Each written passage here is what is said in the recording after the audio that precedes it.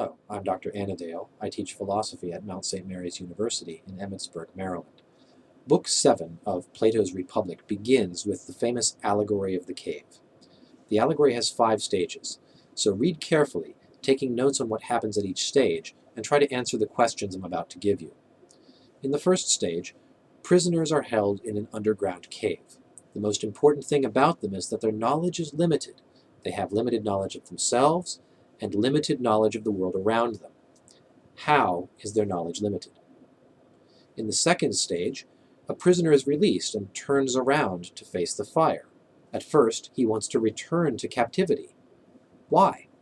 What does he value, and how does this shape his desire to return to captivity? In the third stage, the prisoner is led up the path toward the light of the sun. His initial reaction is to resist, but as he ascends, he begins to change. How does he change? In the fourth stage, the prisoner lives on the surface world, seeing and knowing things there.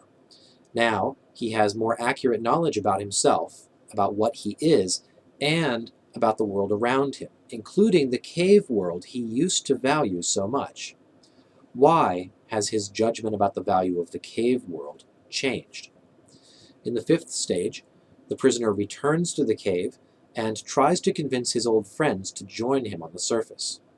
What happens to the prisoner after he returns to the cave, and why?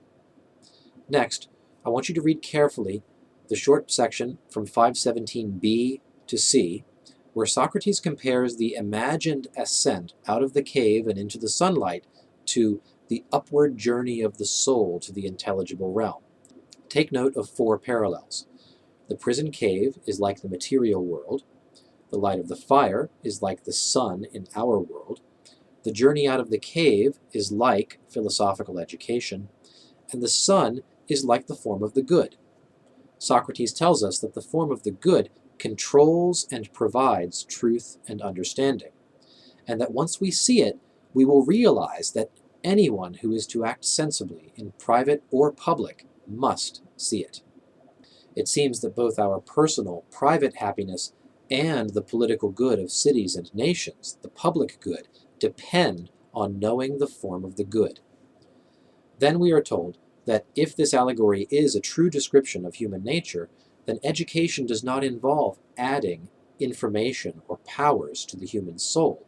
Rather, it involves reorienting the soul's natural powers toward new and better objects.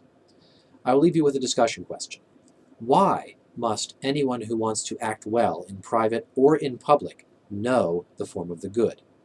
To put it a different way, what would someone be lacking if he acted without this knowledge? Why would he be likely to go wrong, according to Plato? That's my summary of Plato's Allegory of the Cave from Book 7 of the Republic. Thanks for watching today. Goodbye.